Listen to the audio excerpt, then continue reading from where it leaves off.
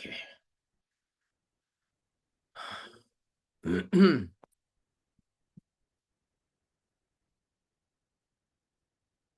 कुंभे पुनर्वसु जातौ केरले चोळपट्टने कौस्तुभांशं धराधीशं कुलशेखरमाश्रये घुष्यते यस्य नगरे रंगयात्रा दिने दिने तमहं शिरसा वन्दे राजानं कुलशेखरम्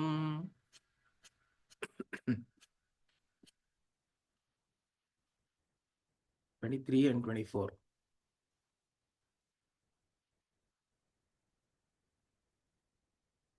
शत्रुच्छेदैकमन्त्रं सकलमुपनिषद्वाक्य सम्पूज्य मन्त्रं संसारोच्छेदमन्त्रं समुचिततमसः सङ्घनिर्याणमन्त्रं सर्वैश्वर्यैकमन्त्रं व्यसनभुजगसन्दष्टसन्त्राणमन्त्रं जिह्वे श्रीकृष्णमन्त्रं जप जप सततं जन्मसाफल्यमन्त्रम् व्यामोहप्रशमौषधं मुनिमनोवृत्तिप्रवृत्त्यौषधं दैत्येन्द्रार्तिकरौषधं त्रिभुवने सञ्जीवनैकौषधं भक्तात्यन्तहितौषधं भवभयप्रध्वंसनैकौषधं श्रेयःप्राप्तिकरौषधं पिब मनः श्रीकृष्णदिव्यौषधम्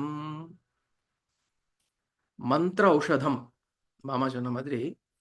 The first verse is on mantra, the second is on aushadham. So he is saying mantras in themselves are aushadham. Which mantra? Shri Krishna mantra aushadham. Shri Krishna divya aushadham. So in 23 he starts saying Shatru Chedaika mantram.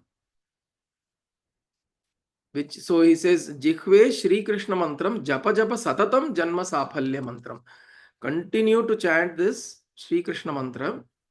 It gives you Janma Safalyam, which means the purpose for which you are born will be achieved.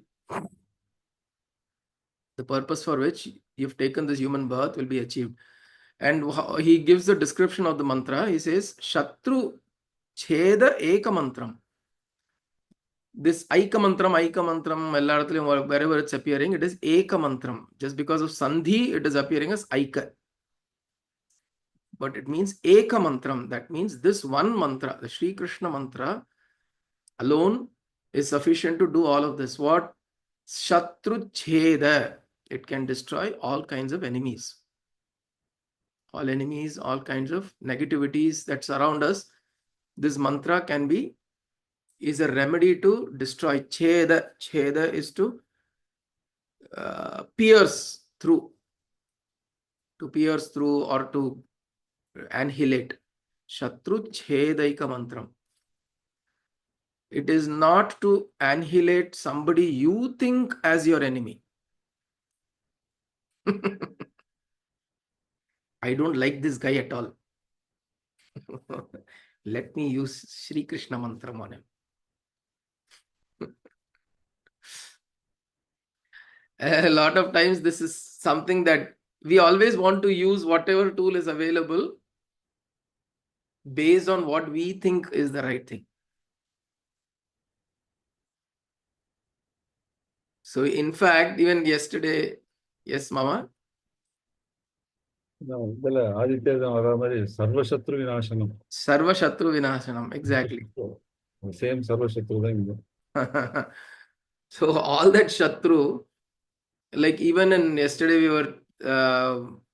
we briefly chanted Sudarshana Ashtakam, not Ashtakam, Sudarshana Mantram. Sudarshana Mantram is also, it has that. It removes the Shatru.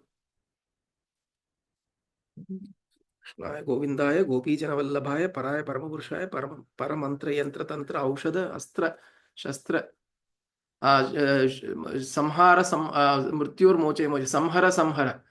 You will get Samhara, Samhara will be a word that will be there. Shatru, Samhara, Samhara. So which means you are destroying all enemies. And it has been, we've heard stories where it has been, some of these mantras have been used to actually go and annihilate or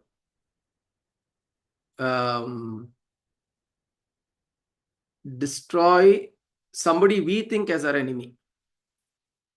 So it is not like that. It is not about destroying the external enemy. That is one thing is very clear. But even otherwise, it is not about because our perception of somebody on the outside, the whole idea of enemy is we have to look at it in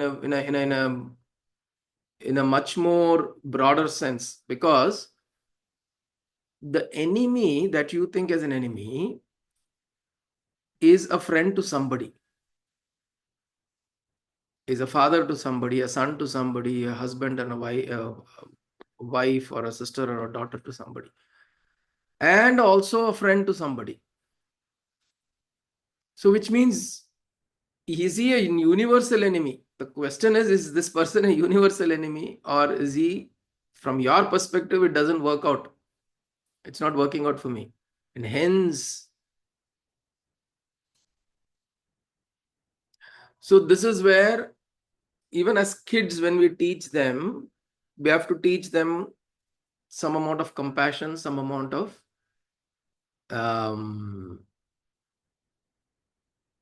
being considerate to others.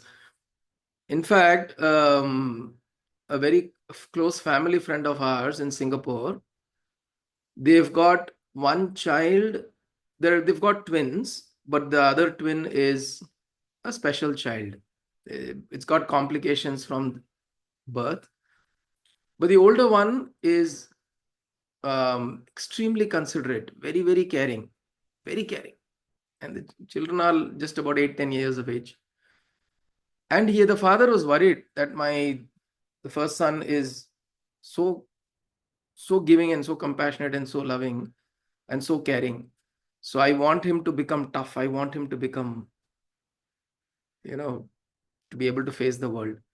I said, please don't do that. The world will anyways make him that. The world will anyways make you hard. The world will anyways make you rugged. The world will anyways make you self-centered. Having the nature of giving, having the nature of not just thinking about yourself, having the nature of being compassionate, reaching out to others is not a quality that comes easily, because the animal tendencies in us are dominating. If somebody has these very, very refined qualities, we should nurture them. So I told him, don't try to suppress it, nurture it. Anyways, when he faces the world, he will learn how to deal with the world. And without him knowing, there will be a grace that will follow him. When you are really, it's not a weakness. To be compassionate is not a weakness. It is a strength. To be able to stand up when nobody is there, to stand up and going and helping somebody, that is a strength. Correct. So we feel the world will take advantage of us. But in the long run, by being protective, by being closed, you only become more of an animal. Because you become fearful like an animal.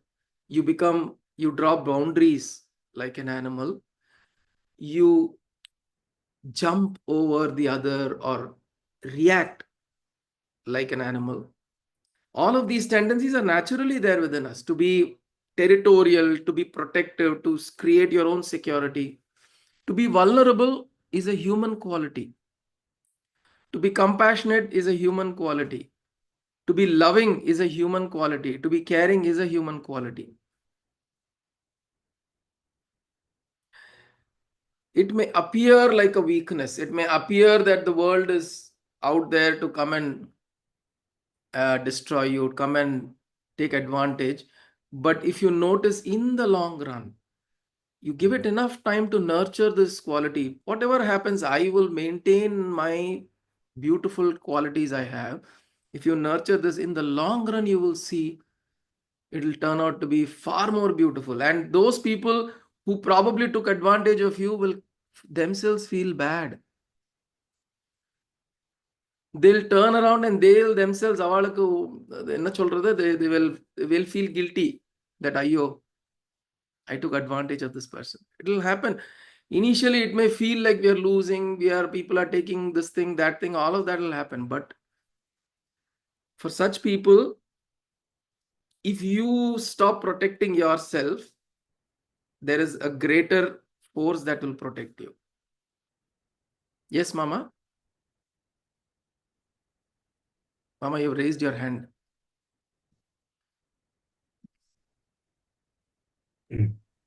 Arjuna Vishada யோகால அவர் நம்ம நுச்சூர் சுவாமி சொல்லுவாரு, அர்ஜுனன் வந்து அவர் கொண்டு போய் ரதத்தை நிறுத்தின உடனே அவருக்கு வந்து எல்லாரையும் பார்த்து கம்பேஷன் பொங்கி வந்தான். He says that is a very good virtue for receiving ஞானம்.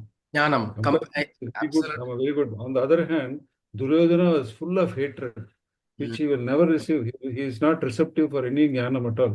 So he says compassion is one of the very good virtues.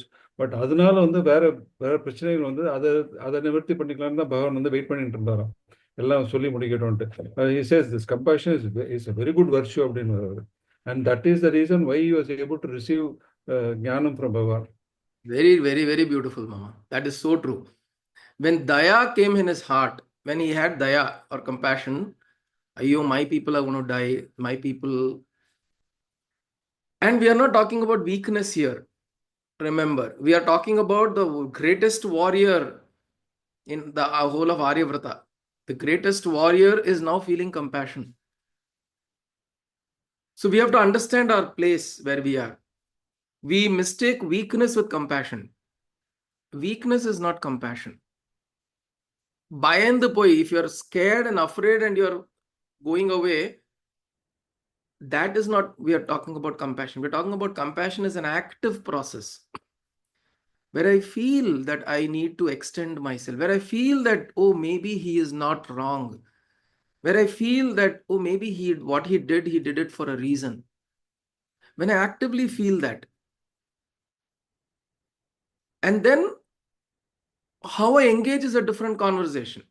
The feeling, active feeling is important. When somebody is doing wrong and I feel that, that person is not intending to do wrong, his situation is making him do wrong. When I actively feel that, it doesn't mean that, okay, I have to go and fall at his feet. We're not talking about that. We're saying keep your distance, but at least don't generate hatred, don't generate apathy, don't generate some kind of a negative emotion. Because each one does what they do because of the conditioning, because of their situation, because of their the nature of what life is given to them. See, if you look at, there is a place called Dharavi in Bombay, and there are many, many small kids who see bloodshed on a daily basis. Inside that whole slum, it's the largest slum in Asia. There's so much of bloodshed that happens. People just chop. Like you go to Madurai, you go to a village in Madurai, and then you'll see people carrying arval everywhere. You become insensitive to the idea of killing, even as a child. So what is happening is, in that situation, it's okay to kill somebody. See, if we become like that, then there is very little, then the animal instincts and the animal tendencies in us will only gain more prominence. And like Sri Vidya ji is saying, yes, in the process you will suffer. If you let people take advantage of you, don't take, so important thing, don't be stupid and don't be, what they say is, don't be stupid and arrogant. At the same time, don't be a fool and ignorant, which means arrogance gives you this wall. You're creating a wall around you. Some kind of arrogance, some kind of fear. Arrogance always comes out of fear. Okay, these are very, very interesting emotions one needs to study. If somebody is arrogant, you will see that there is an underlying fear. If somebody is showing superior, he is got an inferiority complex. That is why he's wanting to show he's superior. These are very complementary emotions that run within. So we keep ourselves away from not being that, you don't not trying to constantly create a boundary or a wall, because that's a survival instinct. That is what animals do. So we don't constantly do that. At the same time, we are not we don't give in ourselves so much that one day you make me a doormat. I'm not going to allow you to walk over me all the time. There is a very, very beautiful uh, anecdote on this. There's a snake. There is a guru, there is a teacher or a rishi who comes into a village and he's teaching, he's giving satsang. And there is a snake listening to it, right? And in the satsang, he's talking about love, compassion, kindness, and all of this, these beautiful virtues. And the snake is listening to him, and then uh, the snake starts becoming gentle, becoming non-violent, or becoming less aggressive. The villagers, this is a natural tendency. Anybody who sees a snake, they will try to drive it away, right? And when they come, so the snake comes out, and then the villagers see, oh, you snake, snake, snake, they beat it up, and then it's all beaten up. The snake is beaten up. The next time round, the rishi comes into the village, and he looks at the snake. There's a snake that is lying there, and he asks, what happened? And the snake says, Bhagavan, last time you came, you said we should all be gentle, calm, compassionate, loving, caring, and all of that. So I became very gentle. See what happened to me. People beat me up. So then the rishi said, see, this is where you become a fool. Rishi said that I told you not to go and harm anybody. But in self-defense, if somebody is coming and hurting you, you can always hiss. You can make a hissing sound so that people will go away. Right? So when it comes to your survival, when it comes to something like your survival is challenged, obviously you have to defend yourself. You don't let people walk over you like a doormat. You should stand up for your individuality. But what we are saying is in about judging other people. I am not saying we should let people walk over us. ஐயோ நான் என்ன பண்றது, ஐயோ நான் என்ன பண்றது, ஐயோ நான் என்ன பண்றது, then people will keep walking over you. Stand up, have your own sankalpa. But what we are talking about is judging the other person. We are saying, let's not judge them. In our heart, let us not generate violence. Let us not generate hatred. Let us not generate animosity. In our heart, we should think that there is certainly a reason why that person is behaving this way. Let me keep my distance. If I need to, let me keep my distance. This is what we're talking about. Having that, if somebody is doing something wrong, let us not immediately be judgmental and saying that person is wrong, that person is cruel, that person is wicked, that person is this, that. That is one. Second thing, when somebody asks or somebody is wanting, somebody is coming to us, we have a tendency of immediately becoming very territorial. We become very territorial instantly. Let us break that down a little bit. It's okay. Maybe this time he'll cheat me. Of course, you're not talking about cheating. Oh, he took away millions of dollars and then you don't know what to do. We're not going to keep our doors open like that. Obviously, to the extent possible, we allow people to, we don't see, the problem is we start with lack of trust in any engagement. Our starting point is lack of trust. And also very important, we'll move on the shloka. The very important thing to know is, why are we being this way? Am I being kind, compassionate, loving, caring, all of this, so that somebody looks at me and says that, look at him, such a helping guy. Is that why I'm being this way? That's a question for us to think about.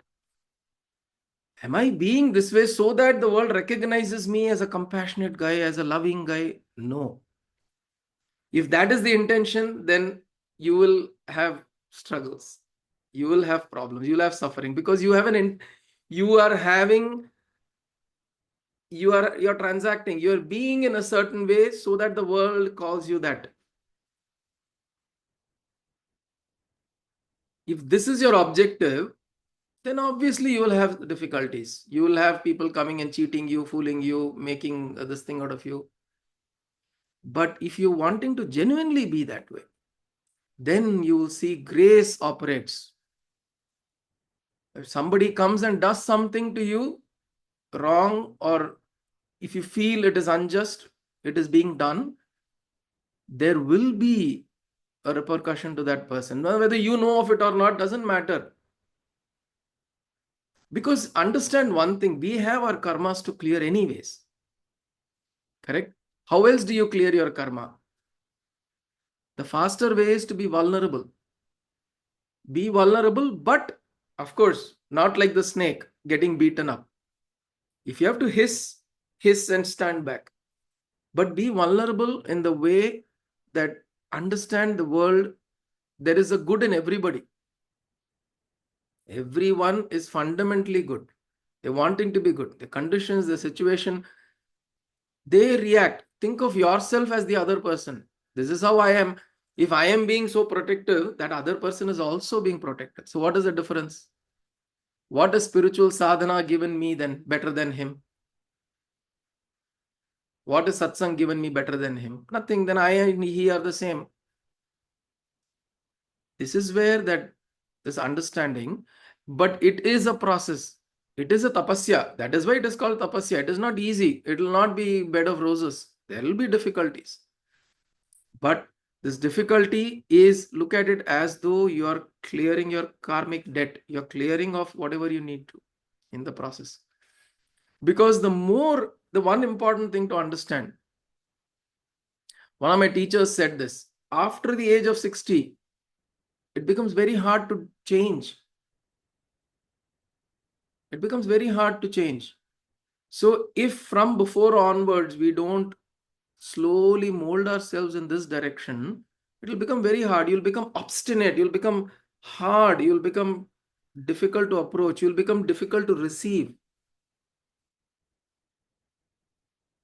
That doesn't mean after 60, Semangudi Srinivasa Iyer, after 60, he picked up, he became a great doyen of music. This is just a way of saying the older that you get, the more individual that you become. You become more of this individual, the more old you become. And when you become so old that you're incapable, then your individuality also starts collapsing. But that is by force. That is not by choice. The same lady who would worry about her pallu when she is young, when she is 80, she won't worry. The pallu has fallen down, she won't care.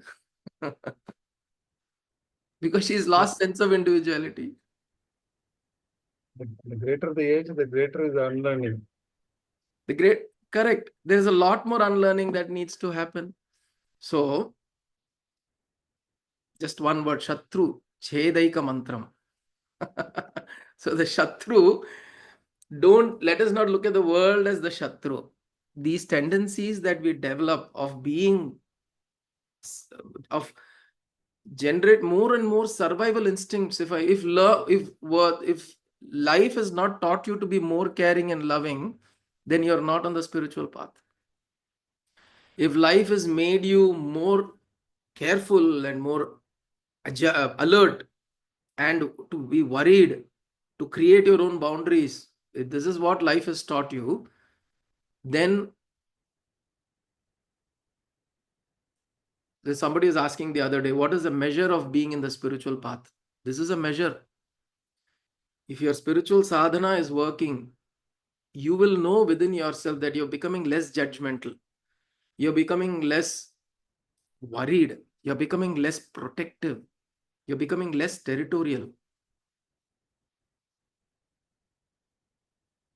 Right? and you're letting in your mind, you're letting things happen, you know that it is the best that is happening to me. Without a doubt. It may appear as suffering now, but in reality, it's not. Anyways, we suffer. Anyways, from the time we come out of the mother's womb, we suffer. So why worry about suffering? Worry about what am I becoming. This is important. So Shatru Chedaika Mantram. So this mantra will keep the Shatrus away. Means it will cleanse off all your negativities or negative thoughts that you have about others. Sakalam Upanishad, Vakya Sampujya Mantram. This is the word that is, or the mantra which is in every word of the Upanishad. Samsaro Cheda Mantram. It pierces through what is called as samsara. The samsara, the suffering, this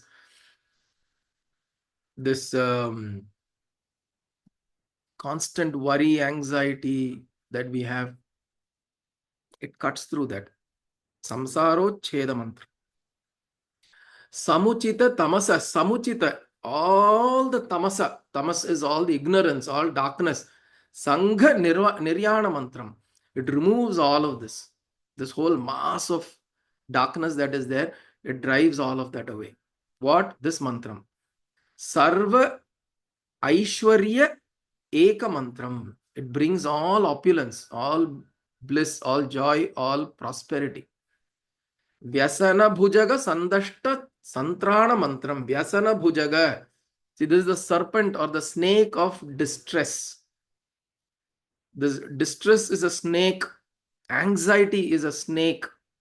It has bitten us. Worry is a snake. It has bitten us. Okay? Being territorial is a snake's bite. It's a disease of a snake bite. Not trusting, not, this is a snake bite. All of these Vesham, all these poisons are within us. Bhujaga is a serpent. Vyasana Bhujaga. All of this are the poisons of a snake bite, and it removes this nama, Sandashta, Santrana Mantram. Trana is to save. This mantra saves you from all that. Jihve Shri Krishna Mantram, Japa Japa Satatam, Janma Saphalya Mantram. Continue chanting the Shri Krishna Mantram. Now, question may be, what if I do everybody who's chanting Shri Krishna Mantra, are they all successful in life? It depends on what your measure of success is. If they're joyful and blissful within themselves, they are successful. If they're able to go into the house in a small altar and sit joyfully with their Bhagavan and do Archana Puja peacefully, they're able to be with themselves, that is success. Remember, I narrated the conversation of Nivritti Natha in the Jnaneshwara story of Jnaneshwar. There is so much of cruelty happening around them. At that time, the Mughals were destroying India pretty much. And so much destruction was happening. There are so many people were being killed, women were raped, children were killed. All of that was happening. But still, he said that there are people, if they're able to sit peacefully and think about Bhagavan, go into their altar, able to meditate and feel that joy and bliss even in this situation, then God's grace is there. God's grace is not about having a wonderful, problemless, suffering-less life. That is not God's grace. God's grace is, despite all of that, am I able to be in that peace and joy within me? That is God's grace. We need to recognize God may be giving you abundance of that, but we'll not recognize. We'll only look at all those problems that are making my life miserable. Bhagavan giving you a temple near your house where you can go and sit for 30 minutes a day. That is His grace. If He's allowing you some time to sit and do your japa, dhyana, or Sankirtanam or Satsanga is giving you little time to do that, that is His grace. He is allowing you to sit by yourself calmly. You are not under the knife. You are not in the jail. You are not in under chains, waiting to hear the you're not waiting to be sentenced to death. You're not being captured by an enemy who's going to torture you now. None of that is happening, right? That is what we said, right? Even if the when you're walking, there's a small little pebble that is there, it'll bother you. Then what you do? You put a bigger pebble. That small pebble will be forgotten. So every small thing we worry. We don't want any. We want to be like in an ice box. Ice பாக்ஸ்ல போட்டு விட்ட மாதிரி இருக்கணும். அப்படியே எதுவுமே ஆகக்கூடாது. எதுவுமே ice பாக்ஸ்ல போறது வேற விஷயம். எக்ஸாக்ட்லி. ஐஸ் பாக்ஸ்ல you will go only when everything is over. When you're living, it will be like that. Look at the leaves of the plants. Yesterday we were looking at my money plant. Suddenly that money plant, those leaves are all burning off. Then my wife told that probably iron is missing in the soil. So we said, okay, that'll happen. The money plant, my leaves only. So look at this money plant on the side. It is growing so beautifully. My leaves are suddenly becoming. இப்படிலாம் பண்ணிட்டு இருந்ததுன்னா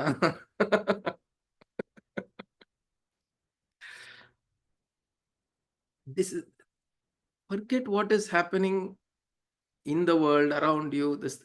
You get time to do this. You get time to think about Bhagavan. You're able to sit and chant Sri Rama, Sri Rama, Hare Rama, Hare Rama, Rama Rama, Hare Hare, Hare Krishna, Krishna Krishna, Hare Hare. You're able to sit and chant that Om Namo Bhagavate Vasudevaya.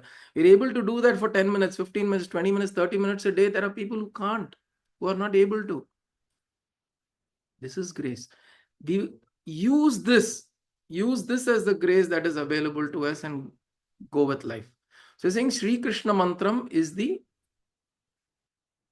Janma Safalya mantram. So then you'll be successful.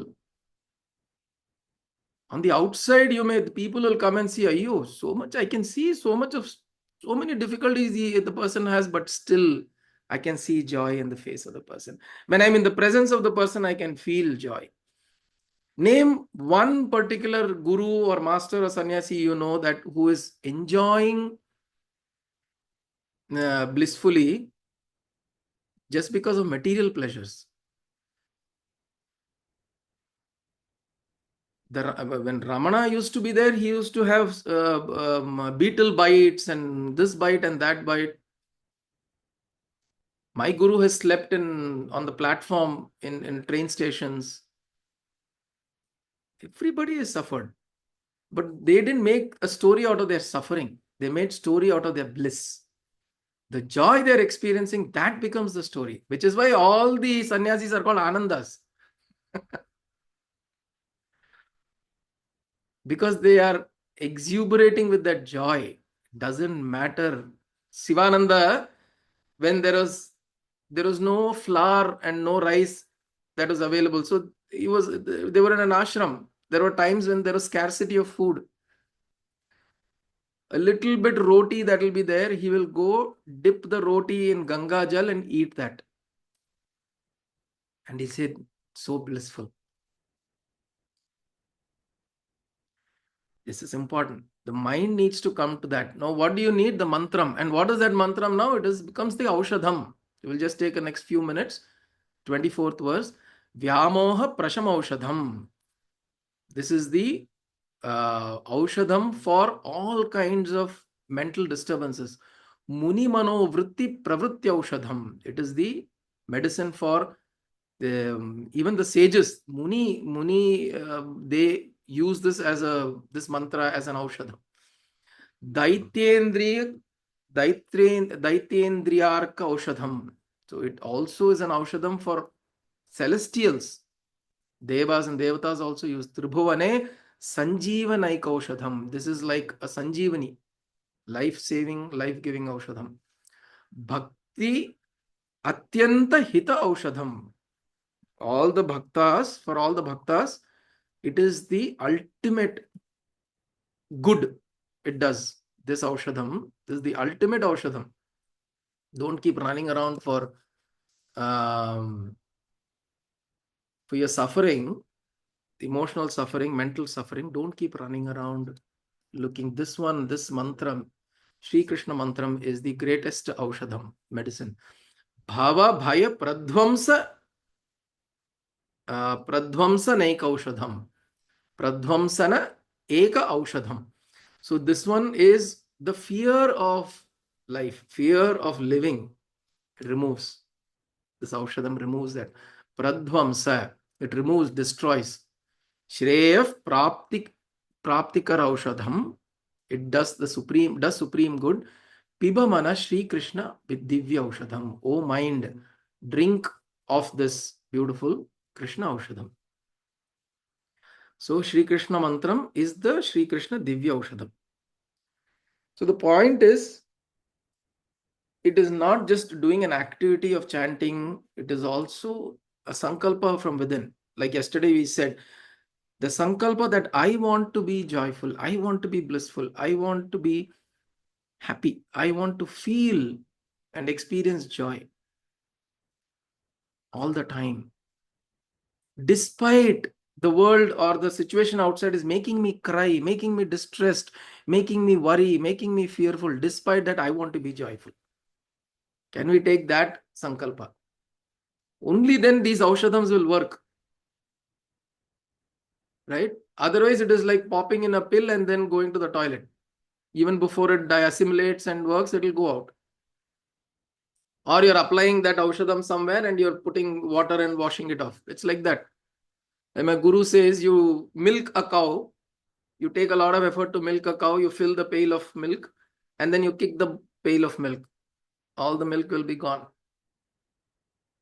So all your chanting, all your dhyana, all your japa, all of this is only useful if you make a sankalpa that yes, I want to make use of this, that is whatever is generated out of this sadhana that I'm doing. I want to make sure that I am happy, joyful, blissful, peaceful. I make it as my sankalpa. If that sankalpa is not there, all of these things will add a little bit to your punya. That's all. Instead of chanting, instead of listening to movie songs, you're also chanting Bhagavan's Nama. To that extent, punya will be added to you. That's all. But is that sufficient? We are wanting to experience the Parama Aushadham, right? We are wanting to experience the ultimate good. Sarva Hita Aushadham. The ultimate good we are wanting to experience. So let us keep chanting these mantras, keep chanting these. Remember that there have been people who have led a very blissful life and a joyful life inside them, despite any conditions on the outside. That is our aim, that is our goal. So let's use that as an inspiration and then do what is required to be done. Om कायेन वाचा मनसेन्द्रियैर्वा बुद्ध्यात्मना वा प्रकृते स्वभावात् करोमि यत् सकलं परस्मै नारायणायेति समर्पयामि सदाशिवायेति समर्पयामि जगदम्बिकेति समर्पयामि सद्गुरुनाथायेति समर्पयामि हरि ओम तत्सद्गुरुभ्यो नमः